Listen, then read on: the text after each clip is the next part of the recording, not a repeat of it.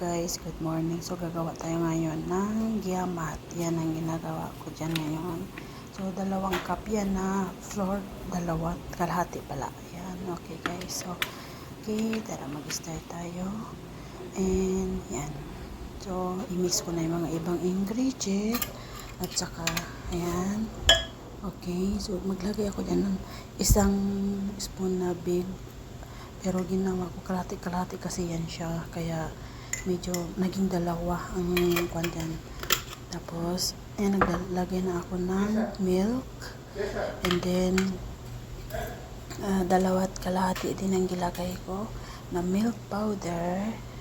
And, so yan. I-explain ko pa dyan kasi parang nasubrahan konti. So, ayan, kaya na mag-estimate dyan sa asin. So, nalagay na ako asin kanina ko. So, gidagdagan ko konti. Ayan, yan yung asin. Hindi yan siya sugar. And then, ayan, i-mix-mix ko na siya. Wala akong mixer. Mayroon akong mixer pero hindi ko ginagamit. And, nandun sa kabila. So, ayan. So, i-mix-mix na lang natin. Saka natin lagyan ng tubig. So, siyempre dyan, kailangan natin mag-gloves kasi, malinis mo ang ating kamay pero kailangan talaga natin na mag-gloves para always, 'di ba, malinis. So yan, naglagay ako ng 2 cup and half na water pero hindi ko na napakita yung isa't kalahati kasi nag-failed ako diyan. Tulad sabi ko, nag-failed ako diyan kaya yon. So hindi ko na pinakita na nagdagdag ako ng isa't kalahati pa na tubig, cup na water. And ayan, so pinakita ko na medyo smooth na siya.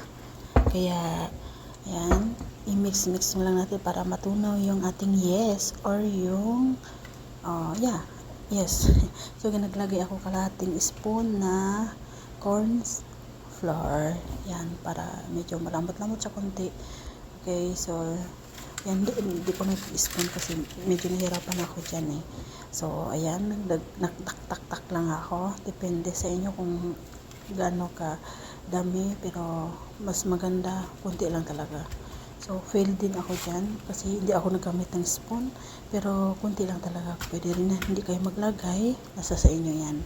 So, ayan, so i-mix lang ng maayos at saka hanggang mag-smooth siya tulad niyan, yan, ganyan.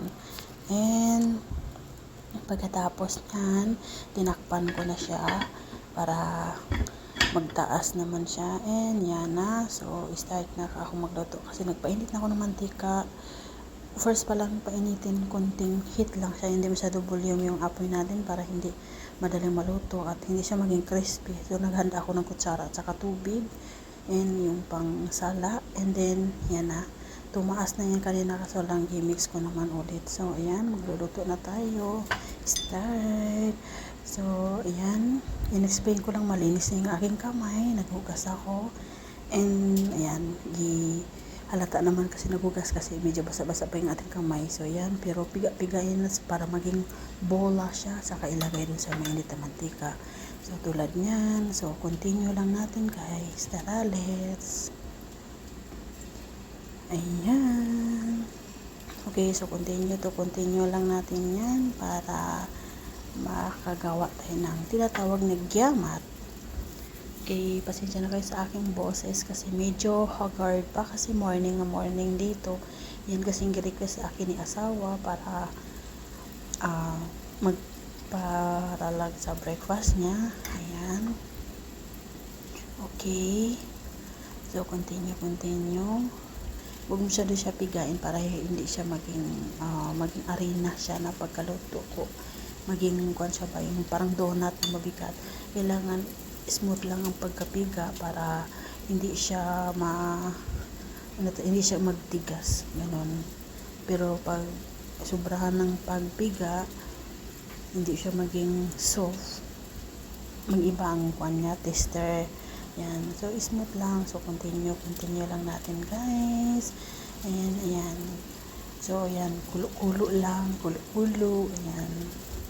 Yan guys, mas maganda kasi guys na ang gagamitin natin kamay kasi mayroon tayo pang paggawa. Yan, Ayan, okay na. And mix lang natin kasi ayan, medyo gibulyuman ko ng apoy dyan para yun,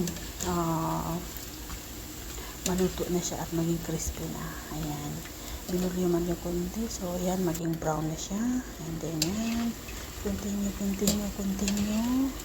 Eh, hindi ko na pinakita dyan dun sa kuan ko lagay ko sa may paper oil kasi nagmamadali ko siya kaya medyo sunog na dyan, medyo brown na siya. So ayan, continue. So ilalagay natin ng ating asukal. Ayan na. So please, tapos ng ating giamat. Depende sa inyo kung anong gusto nyo taste. So ayan, iti-taste natin. Asukal ang ginawa ko. Pwede honey, kahit condense, pwede nyo lagyan ng condense. Ayan, yummy daw.